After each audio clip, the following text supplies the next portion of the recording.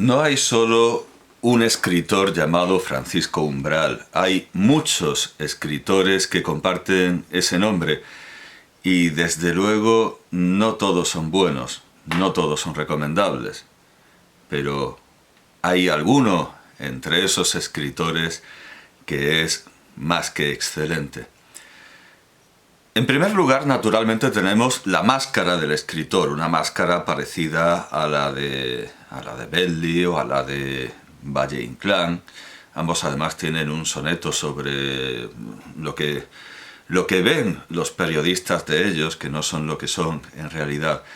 Y desde luego Francisco Umbral imitó en muchas cosas a Valle-Inclán, no solo pensemos en La bufanda, y le dedicó un libro que no es desde luego una obra erudita, llena de datos, desde luego no es demasiado interesante desde el punto de vista biográfico. En cuanto al punto de vista crítico, en fin, Valle-Inclán está siempre presente en Umbral y no me parece un libro fundamental. Es fundamental desde luego la influencia de Valle-Inclán en Umbral, aunque también de ese otro dandy bastante más averiado que fue César González Ruano, y de todos los periodistas claramente superficiales, claramente vividores de la época de César González Ruano, pero sobre esto hablaremos en profundidad más adelante y desagraviaremos en cierta medida a César González Ruano. Luego tenemos al escritor bocazas, pendenciero, correveidile, de una manera desde luego que no se podría haber permitido nunca a César González Ruano, e incluso tampoco Valle-Inclán, porque es cierto que Valle-Inclán se arriesga a decir mucho más sobre el asesinato de Prim de lo que dice Pérez Galdós, y le reprocha a Pérez Galdós callar lo que sabe, pero claro, el caso es que el asesinato de Prim sigue siendo un asunto tabú, pero Francisco Umbral se mete hasta el cuezo en asuntos que tienen muchísimo más la categoría de tabú. Se mete en unos fregados que, bueno, supongo que hoy día podría estar perfectamente en la cárcel por un cuarto de kilo de sus peroratas y de sus cotilleos. Podría estar perfectamente en la cárcel. Quiero poner un ejemplo de este Francisco Umbral correveidile, ansioso de chismes con los que rellenar columnas, con los que rellenar espacio de periódico, con los que hacerse atractivo al público, que desde luego me parece el Umbral más despreciable, al que le podríamos decir con Dante, con el Virgilio de Dante, que voler udire bassa voglia, que querer escuchar esas cosas es un deseo bajo. Ya entre los autores que hemos visto tratamos a Ricardo de la Cierva, del cual por cierto quedó claro su misterio, que era bueno cuando dirigía a un equipo de historiadores, es decir, era bueno cuando no hacía el trabajo, porque cuando él se quedaba solo tenía faltas de ortografía, anacolutos, y demostraba ser una persona con la típica cultura universitaria que no es cultura de verdad. Me alegra profundamente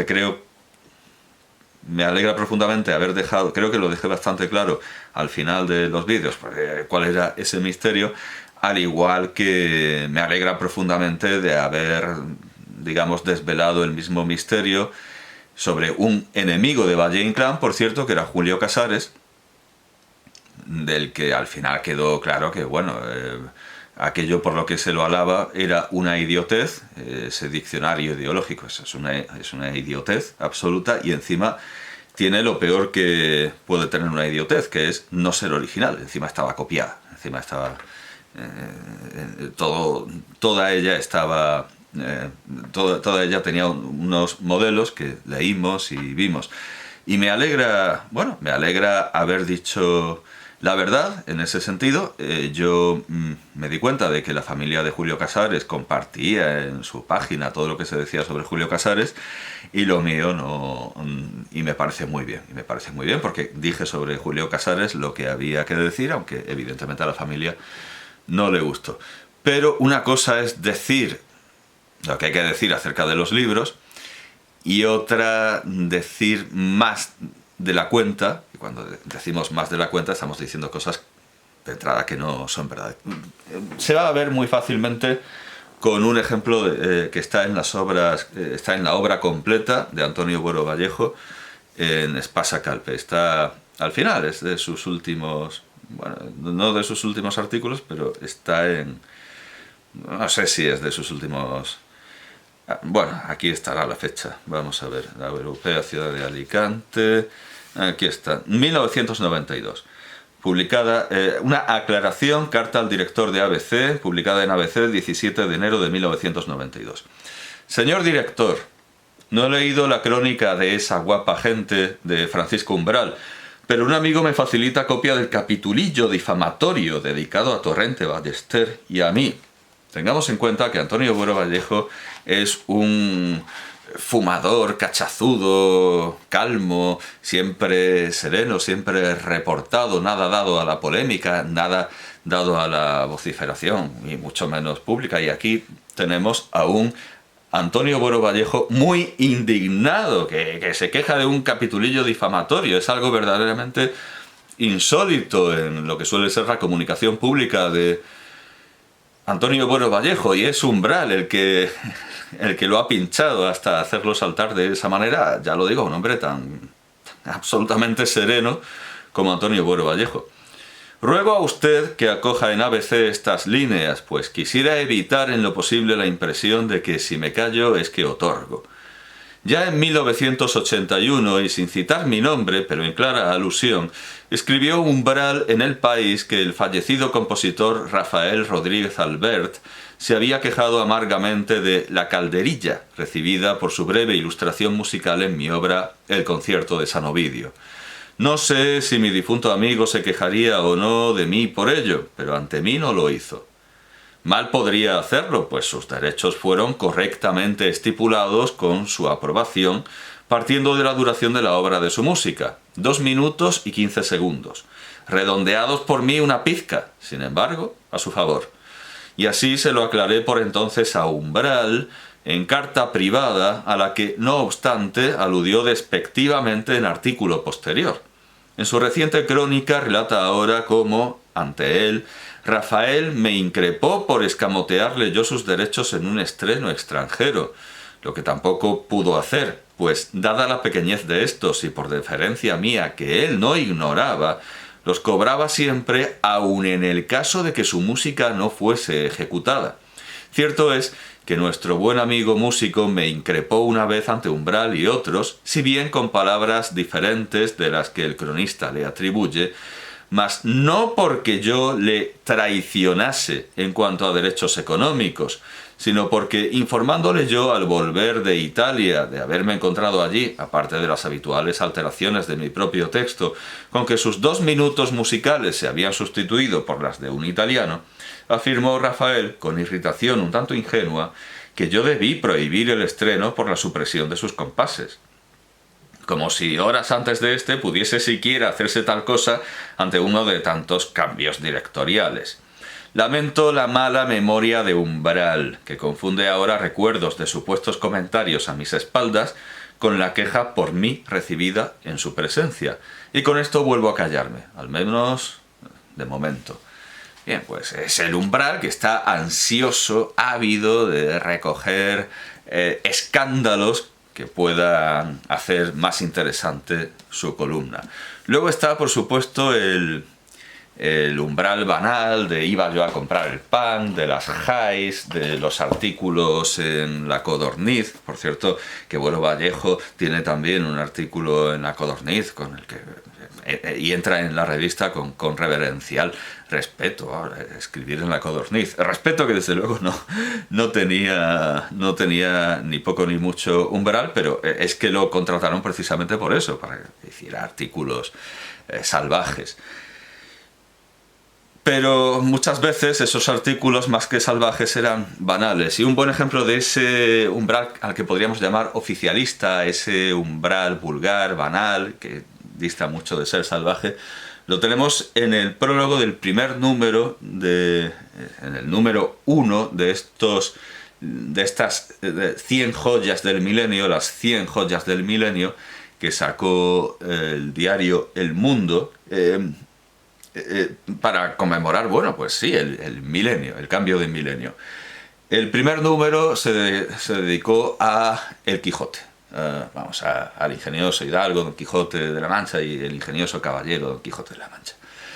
Y se pidió a Francisco Umbral que escribiera el prólogo. Bien, pues ¿qué hizo Umbral? Empezó citando a Voltaire. Yo, como Don Quijote, me invento pasiones solo para ejercitarme. Es el típico texto que parece un trabajo universitario, lleno de citas, lleno de referencias. Hay una cosa que siempre me ha molestado mucho, tanto en la academia, lo que los ingleses llaman la academia, como en la prensa española, y de lo que se ríe José Guillermo García Valdecasas en su libro Trivio de Espejos, esa manía de los universitarios de poner en mayúsculas a los autores que citan para que se vea que están citando a muchos autores. Bueno, y en la prensa también se pone en negrita a los personajes a los que se menciona para que la gente busque con quién se hace sangre o contra quién se hace sangre. Bueno, pues esto tiene ese estilo, pero lo grave, aquí está. Lo que me parece una cosa vulgarísima es: El Quijote es nuestra Biblia nacional. ¡Ah, qué cosa tan vulgar! Recuerda a ese secretario de, yo qué sé, secretario de algo, subsecretario, vice lo que fuera del PP, que decía que el Quijote era como los Globetrotters. ¿Qué estupidez es esa, la Biblia nacional? ¡Qué vulgaridad! Bueno, a ver, da una glosa acerca de este lugar común. No por la militarización a que se le ha sometido tanto tiempo, sino muy al contrario, porque es el continuo disparate barroco de los molinos, los yangüeses, los leones, los batanes y, sobre todo, el ejemplo máximo de un viejo que se inventa pasiones para ejercitarse, para no morir. Bueno, es cierto, aquí se ha tratado con bastante vulgaridad, pero un mérito de Umbral, y esto también lo iremos viendo a lo largo de la breve exposición de su obra, es el comentario, la glosa de un buen pensamiento, pero es casi siempre una glosa poética. Él espiga un buen pensamiento de un buen autor y hace una glosa más que filosófica, más que un comentario, más que un tratado, una glosa poética, lo cual está muy bien. Pero aquí esto de decir que el Quijote es la Biblia nacional, me parece, ya lo digo, una absoluta vulgaridad. Pero hay un Francisco Umbral, que es el escritor de verdad, que es el poeta y que es el profundo moralista, que naturalmente despertó el interés de Miguel Delibes, el gran interés de Miguel Delibes, y no el primer libro, porque ya hemos visto ese prólogo del Quijote. El primer libro que quisiera traer a colación es este libro compartido, Miguel Delibes, Francisco Umbral, La amistad de dos gigantes, correspondencia 1960-2007. Si alguien como Miguel Delibes, nada dado al chisme, al cotilleo, bueno, sí, un poco en privado sí, pero en público no. Alguien tan callado, tan taciturno, tan severo, tan razonable, tan humano y tan humanista como Miguel Delibes ve algo grande en Francisco Umbral, es por algo, y es que realmente en Francisco Umbral alentaba el gran escritor, el poeta y el moralista, que puede quedar enturbiado, no tanto por esa máscara pública de dandy, que era una buena creación y era divertida, sino por ese zascandil que intentaba captar lo más escandaloso para reproducirlo. Seguramente seguramente no, todos los admiradores de Francisco Umbral se quedarán muy desencantados con esta presentación, porque de su vastísima producción, aunque claro, muchas veces era casi una segregación de materia no siempre sana, no siempre pura, no siempre límpida, no siempre eran linfas claras, garcilasianas, sino que muchas veces eran humores más torpes e infames. Esto hay que reconocerlo, y hemos visto el ejemplo perfectamente con esto que le reprochaba Antonio Buero Vallejo. hay mucha producción de umbral y no toda es digna de memoria. Muchas cosas son ciertamente indignas, pero de las grandes cosas que yo voy a recordar, de los grandes logros de umbral, seguramente con toda seguridad, los admiradores de umbral se quedarán muy descontentos y muy enfadados conmigo porque encontrarán que me salto muchos libros importantes o fragmentos importantes dentro de libros. De acuerdo, yo voy a presentar mi umbral, mi Francisco Umbral, no solo las páginas que me han llamado más la atención, que me parecen más dignas, sino las que he podido, con las que me he podido hacer, las que he podido comprar. No hay que yo sepa una edición de las obras completas de Umbral que incluya sus novelas, su poesía, que tiene algo en su orientación, algo de barogiano y por lo tanto algo de Richepin, sus artículos, sus ensayos, sus entrevistas, que también son interesantes. Que yo sepa, no existen las obras completas de Umbral, así que por fuerza, bueno, me veo obligado a presentar las obras selectas de Umbral. Y las voy a mostrar por orden cronológico, y como digo, de todos los libros que escribió Umbral, y de todas las apariciones que tiene Umbral en los libros de otros, pues sus admiradores van a encontrar que me quedo muy corto. Hecha esta... hecho este prólogo galeato, hecha esta disculpa, lanzada esta disculpa, comencemos con Larra, Anatomía de un dandy, de 1965, que por cierto lo compré en Alemania y le pusieron la puñetera etiqueta esta que me estropeó también el testimonio de Jarfoz y que evidentemente no puedo arrancar sin arrancar la cubierta porque esto es papel. Larra, Anatomía de un dandy, esta es la edición de 1976. Anuncian del mismo autor, Lorca, Poeta Maldito, segunda edición 1975. Es un libro interesante, pero desde luego está muy superado por el de Gibson. La biografía de Gibson es muy buena, está muy bien. Y, bueno, en fin, es cierto que en el libro de Umbral pues está el típico juicio literario, pero no es el gran libro sobre García Lorca, desde luego. El gran libro sobre García Lorca, sin duda alguna, es el de Gibson. Esto, en cambio, es un gran libro de crítica, esto es un gran libro. Esto es un libro importante sobre Larra y sobre el propio Umbral, que desde luego se define como un dandy. De hecho, en el programa de la serie Imprescindibles de Radio y Televisión Española, que cuenta con interesantes testimonios, incluyendo de periodistas del corazón, de compañeros de Umbral en lo correveidile, aunque también sean poetas, pero bueno, compañeros en el chisme, en la murmuración, en el rumor. Creo que titularon ese documental, que está bien verlo, es interesante y cuenta cosas importantes, lo titularon Anatomía de un dandy. Porque realmente cuando Umbral habla del dandismo de Larra o de Valle Inclán, está hablando de la configuración de su propio personaje y de su propia persona. El Giocondo, porque también Umbral es novelista, y es un novelista muy, muy interesante y ciertamente original y poético.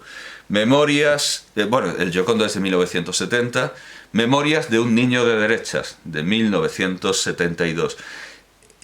Creo que si hubiera que señalar un umbral de todos el memorialista, el diarista, real o fingido, podría ser el más interesante. Bueno, aquí tenemos Memorias de un niño de derechas, 1972, Retrato de un joven malvado, en estas magníficas ediciones de Áncora y Delfín, Retrato de un joven malvado, Memorias prematuras, de 1973, y, bueno, lamentablemente sin sobrecubierta, pero bueno, Diario de un snob, 1973, sin sobrecubierta y sin las otras dos partes de las que se compone este Diario de un snob. Que, por cierto, aquí tenemos un ejemplo, está dedicado a Miguel Delibes, y aquí tenemos, a pesar de contar con este maestro tan moderado, hay vamos, hay muchas afirmaciones de extrema gravedad, pero hay algo que verdaderamente es...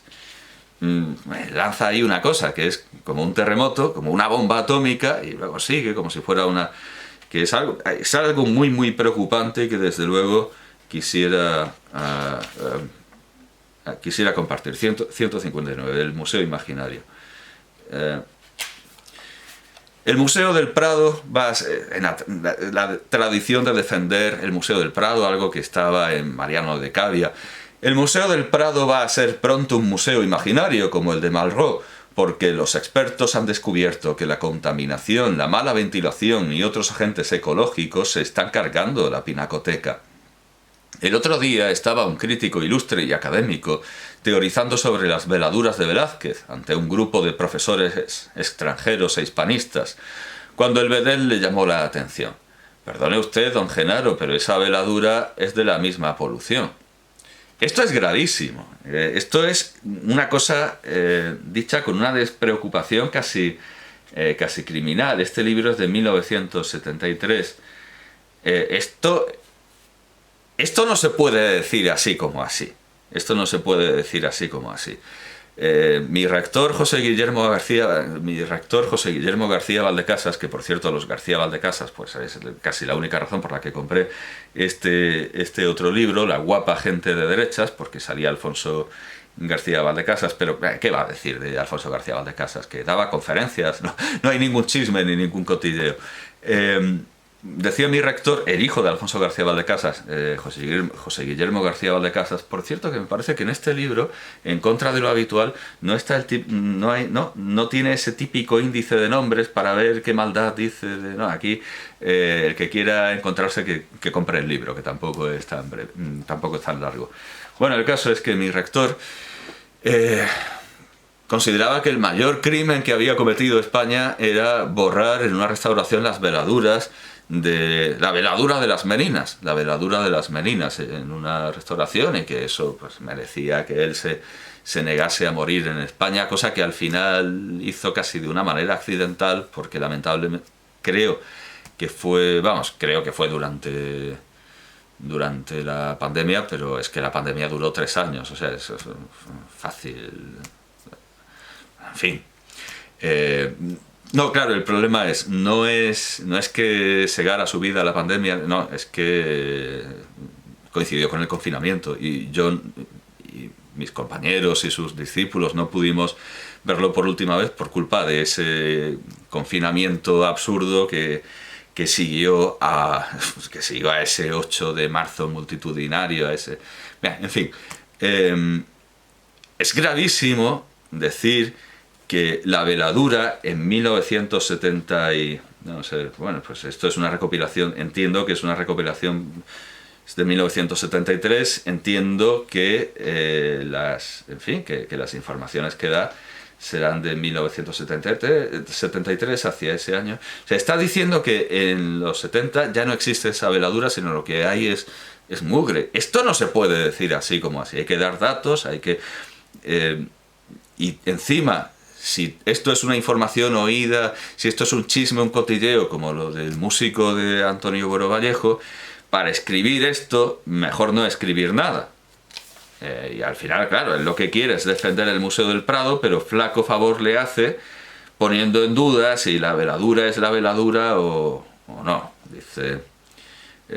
son museos imaginarios aquellos que alguien no va a ver ni a entender nunca desde su lejanía de hambre, y el Museo del Prado se nos está tornando doblemente imaginario, porque dentro de poco, cuando la luz, el humo y el polvo se hayan comido todos los cuadros, nos pararemos con nuestros hijos ante un gran marco vacío, ante un gran lienzo gris, y les diremos: mirad, hijos míos, esto era la rendición de Breda, también llamado cuadro de las lanzas, o quizá fuese la carga de los mamelucos o los fusilamientos del 2 de mayo. No recuerdo bien, hijos míos, pero mirad con atención el lienzo, porque ahí había algo importante. Estoy pensando que puede darse algo terrible, que es que Umbral haya influido en la... Vamos, sí, escribe muy bien, pero hay que tener cuidado de lo que se escribe, y puede ser... Es una hipótesis que Umbral haya influido en la limpieza del cuadro, que se llevó la veladura por delante pensando que era polución o que era contaminación. Claro, no hay que echarle la culpa a Umbral de las restauraciones del Prado, porque se han borrado firmas, se han hecho muchas tropelías y cosas más que discutibles. Bueno, y a quien me lo niegue, pues ahí está el traslado de las pinturas negras de Goya, que se dejaron las piernas de los protagonistas de la lucha a garrotazos. Ciertamente mejoraron la idea, porque parece que están enterrados. Bueno, pero que en el Prado siempre se han hecho muchas de pópulo bárbaro. Bueno, ya he mostrado la guapa gente de derechas, la guapa gente de derechas de 1975, claro, un buen año para meterse con la gente de derechas, aunque bueno, todavía era bastante peligroso. Ya lo digo, que el interés fundamental era que salía Alfonso García Valdecasas. Las ninfas de 1975, aquí con prólogo de Gonzalo Santonja, que sin ánimo de ofender, pues no sé quién es. Como siempre, pues una novela que voy a intentar hacerle un cumplido. Es como una novela. Las novelas de Umbral son como novelas modernistas, pero sin ser... Es que, claro, alguien dirá, no, eso es 98ista, novecentista, pero sin la pedantería de... Tengo aquí sus obras, de Pérez de Ayala, eso es, de Pérez de Ayala. Son como novelas son más poéticas que Azorín, más ricas que las de Gabriel Miró, y no son tan pedantes como las de Pérez de Ayala, o incluso en las novelas históricas pues no recurre a la anécdota barata, a pesar de esa tendencia al chisme y a ser correveidile. No recurren a la anécdota barata tanto como Foxá en Madrid de Corte a Checa. Sí, recurre a las anécdotas, pero las poetiza, las hace muy elegantes, casi las cuenta con enigmas. Luego tenemos un libro fundamental que deshace o quiebra esa imagen del umbral frívolo, del umbral populachero, del umbral vulgar. Este libro, con prólogo de Félix Grande, que no sé quién es, creo que un flamencólogo, me suena Félix Grande de haber escrito sobre flamenco, pero no lo tengo tan claro. El motivo de este libro es la muerte de su hijo, que llamaban Pincho, de una leucemia terrible creo que a los 6 años.